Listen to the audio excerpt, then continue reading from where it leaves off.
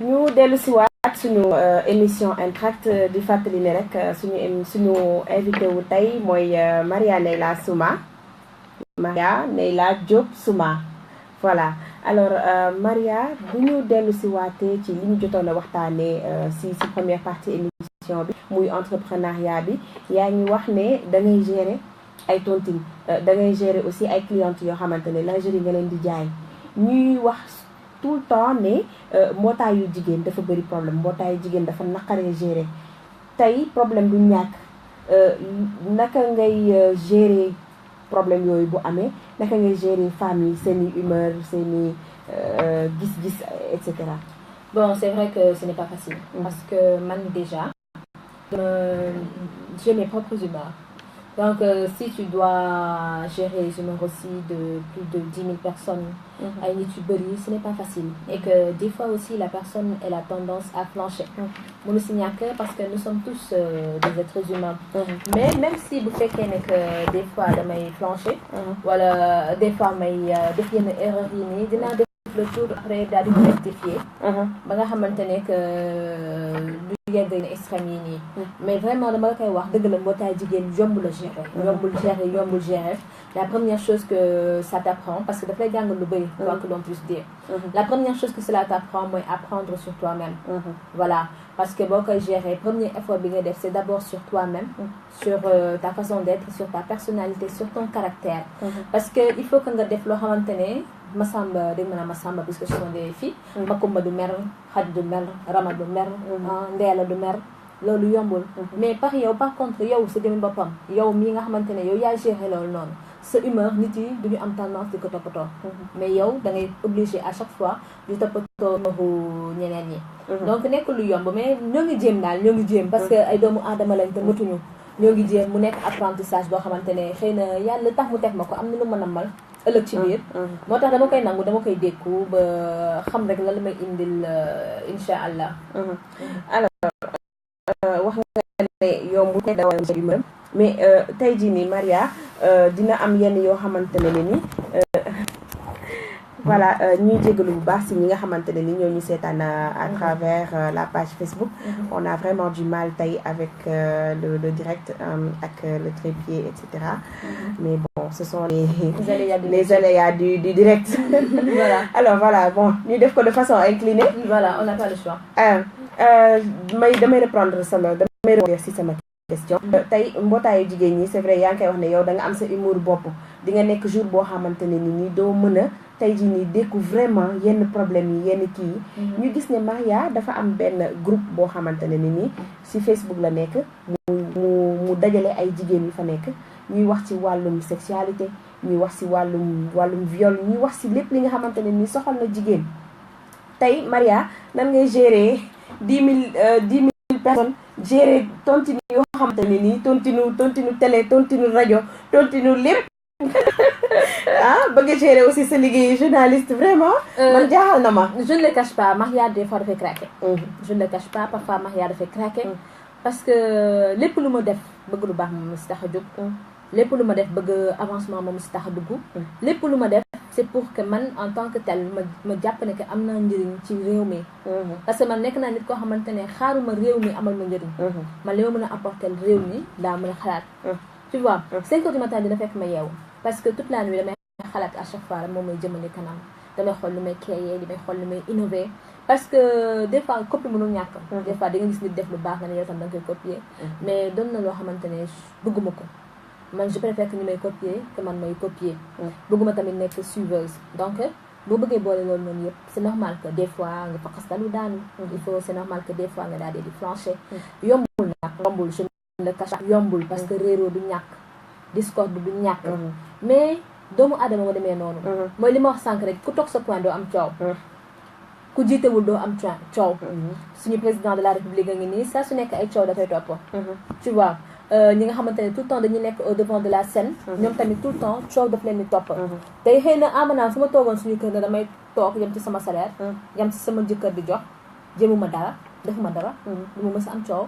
du ma mës a am problème mu dikku yenn du ma mës a am problème mu mbootaay jigéen mais c'est parce que man dafa am loo xamante ne dama ko bëgg naa fa yegg te bu fekkee da nga bëgg a doon leader ëllëg instant bi ngay commencé taataan sa bopp si âge bi ma am du ma bàyyi ba am 45 ans am 50 ans ba pare doog a bëgg a nekk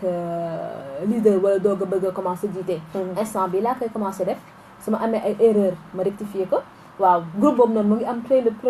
13 personnes am na groupe yoo xamante ne am nañ ay plus de 80 personnes te benn nit moo koy gérer kon man jàpp naa ne bu fekkee am na groupe yoo xamante ne benn nit ñoo koy gérer man tam war naa mën a gérer 13 000 personnes yooyu noonu man jàpp naa ne lépp apprentissage la ak leçon du ma si perdre dara man loolu laa jàpp de ak lu mën ci am du ma si perdre dara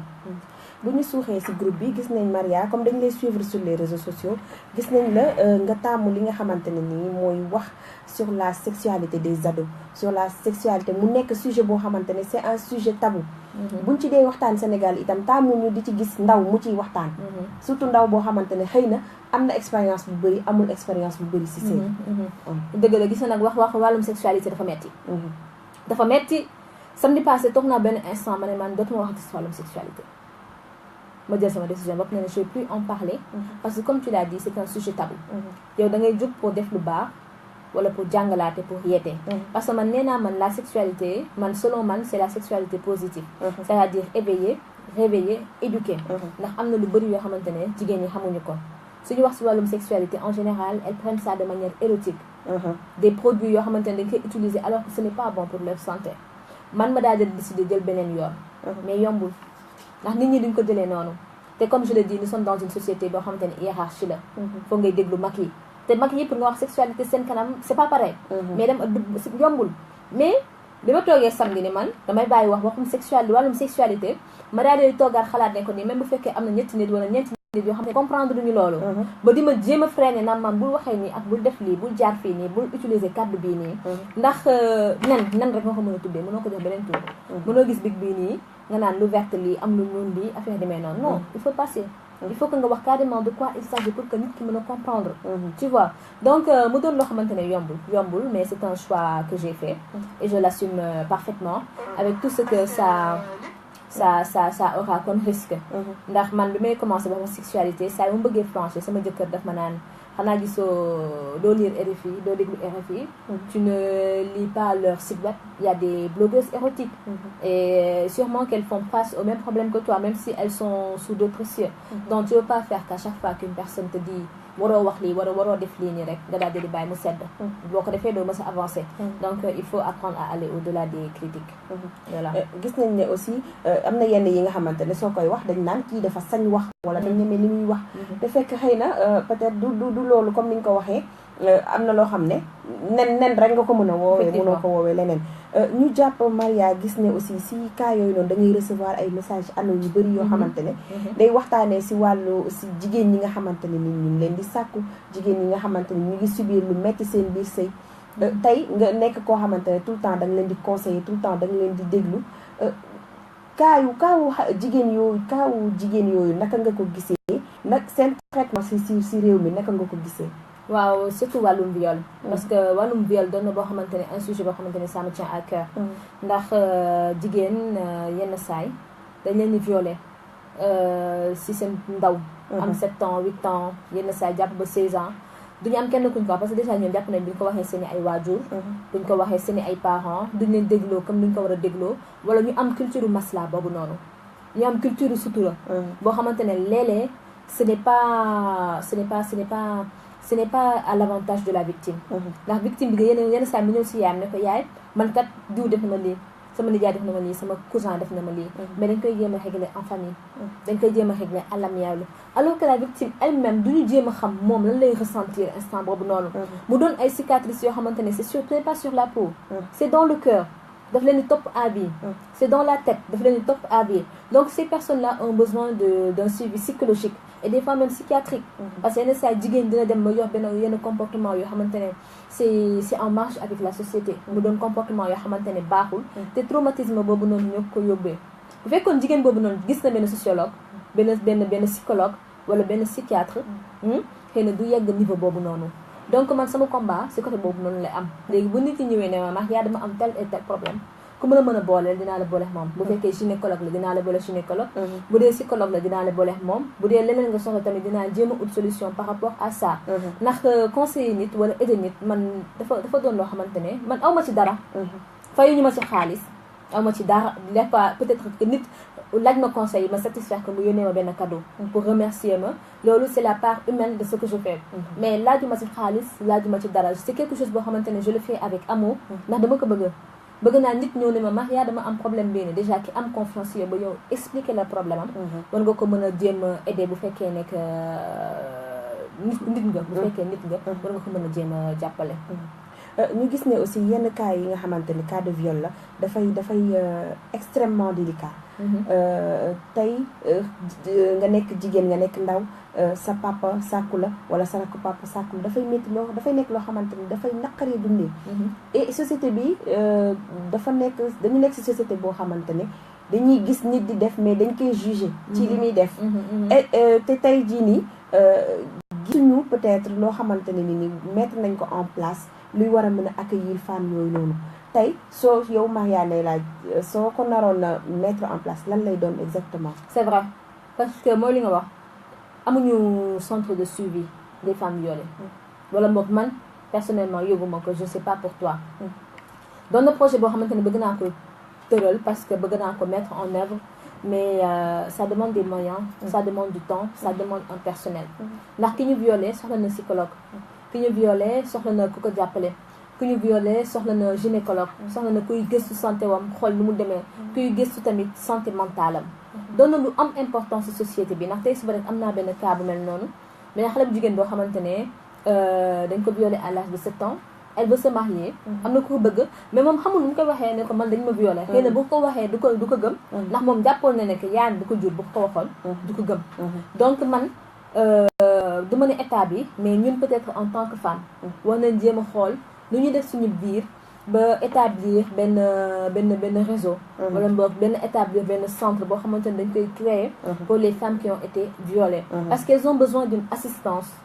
ñoom ñëpp elles ont besoin d'une assistance ñu wax ko ñu bañ ko wax elles ont besoin d'une assistance parce que viol doon na loo xamante ne c'est un phénomène dangereux dans une société ndax mën na soppali victime bi mu doon n'importe quelle personne boo xamante ne xëy na bu ko loolu dalu woon dina doon nit ku baax wala dina doon nit koo xamante ne dina am njëriñ ci biir société bi donc warul doon loo xamante ne dañ koy sàgganee wala dañuy jàpp ne que c'est un épiphénomène wala benn affaire boo xamante ne amul importance wala sax ñu jàpp ne que victimes yi ñoom ñoo def li leen ko yóbbee parce que victimes yu bëri tey bu ñu ragalee boole bu ñu ragalee wax c'est parce que au lieu ñu leen di jàppale dañuy jàpp ne que ñoom si seen jëm boppam ñoom ñoo teg seen bopp li leen dal voilà donc soxla nañ conseil man nag si conseil boobu noonu laay jug ak orientation bi comme que awma centre dinaa conseil dinaa orienté bu fekkee gynécologue nga soxla dinaa la jéem a orienté si gynécologue bu dee psychologue nga soxla tamit dinaa la jéem a orienté si psychologue pour yow en tant que femme nga daal di jéem a xam nan ngay ñëwaatee à la réalité ba continuer sa vie comme il se doit am na solo dañuy faral sax di dégg docteur Abdoulaye Diop gynécologue di wax ne le silence n'est pas la solution maanaam xale jigéen yi nga xamante ne ñu ngi subir loolu noonu waruñu di ko noppiwaale dañ ko war di waxtaanee mu nekk loo xamante ne ni rafetlu nañ ko ñu jël juste contribution internet yi ñuy seetaan à travers la page Facebook di rappeler ne aussi mën ngeen ñu déglu sur la 89.2 Baobab FM Dior Birima mu ngi wax ne il faut beaucoup de courage pour parler de la sexualité surtout dans un environnement sénégalais pensez à faire des panels aussi sur cela et ne pas se limiter aussi sur les réseaux sociaux. Effectivement, elle a parfaitement raison. Les panels, nous y pensons, mais comme je le dis parce que man quand j'ai commencé de parler de la sexualité c'est peut-être que li ma doon nit koo xamante ne peut-être man maa ko def Sénégal mu doon lu rare surtout mu nekk jigéen mu nekk jeune xëy na loolu tax mu daal di teel a jëm kaw mais man moo commencé def est-ce que mën na 6 mois wala 7 mois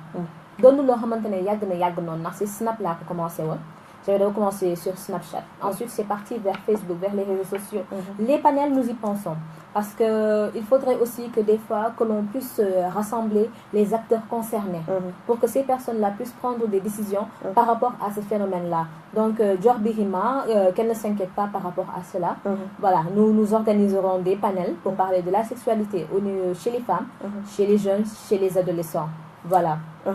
wax nga sànq ci sa biir wax ne yow gis nga ne yenn groupe yi am na ñu ko créé mu am ay plus de 85 000 followers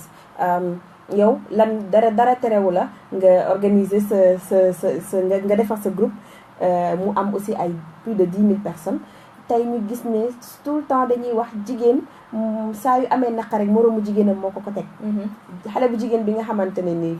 violé nañ ko ñemewu ko wax yaayam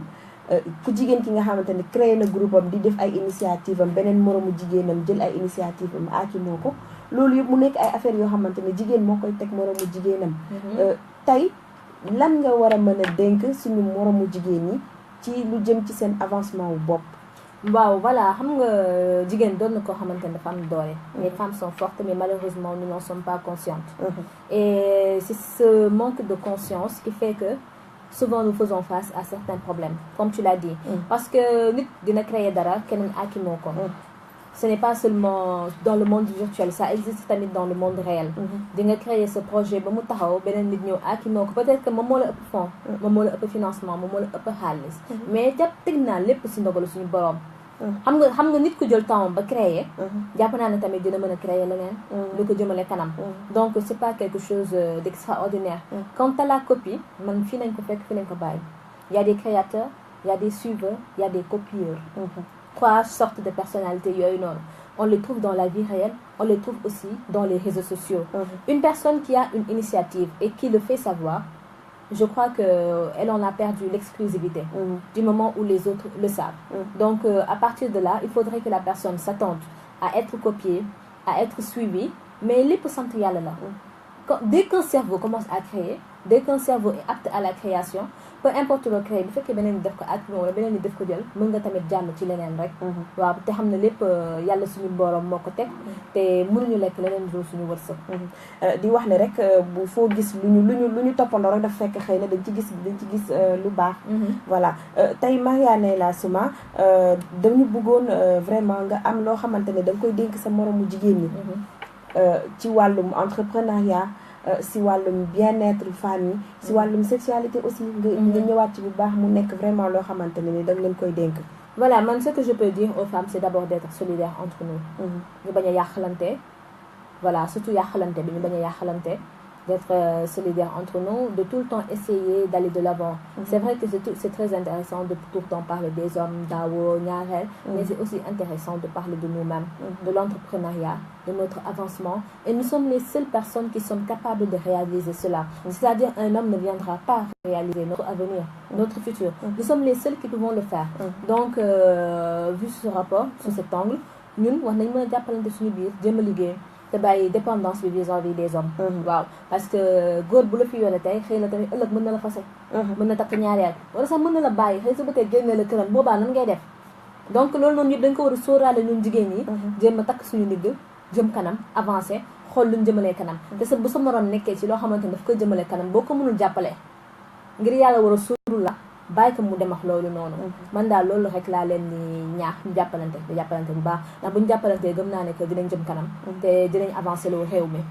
voilà xëy na dañ lay wax rek sa kàddu gu mujj pour ñu war a mën a tëj émission bi. waaw kii Aminata maa ngi lay remercier bu baax maa ngi lay remercier ci invitation bi maa ngi lay remercier ci li nga ma jox opportunité wax parce que yombul mën nga jël beneen invité. li nga ma tànn mel nii macha allah maa ngi la siy gërëm bu baax. te it di ñaan émission bi nii jëm kanam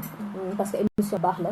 entrepreneuriat doon na loo xamante ne dafa am importance ci réew mi surtout ci jamono yi ñu toll nga xamante ne am liggéey yombul jafe na loolu kon boo gisee ay jeunes wala ay jigéen wala ay nit yoo xamante ne dañuy entreprendre nga leen di jàppale nga leen di mettre en avant mënuma la wax lu dul gàcce ngaalama yàlla musal la ci cat ba li ngay def jëm kanam insha allahu rabbi ma ñu lay remercier bu baax di la jaajëfal di remercier yéen ñi nga xamante ni yéen a ñu doon déglu ci 89.2 Baobab FM di leen jaajëfal yéen ñi ñu doon seetaan à travers la page Facebook Intract gis nañ sax monsieur mu ngi bokk ci ñi nga xam ne mu ngi seetaan vidéo bi di nuyu Aïssatou Ndeye Aïda Diop di remercier Dior Gueye vraiment di remercier suñu technicien de choc Jérôme Diouf ñu ngi lay jaajëfal bu baax merci à Mountaga Cissé moom xam na di leen jox dig daje dans 15 jours incha allah pour beneen invité beneen émission Intract jaa ngeen def. Merci beaucoup.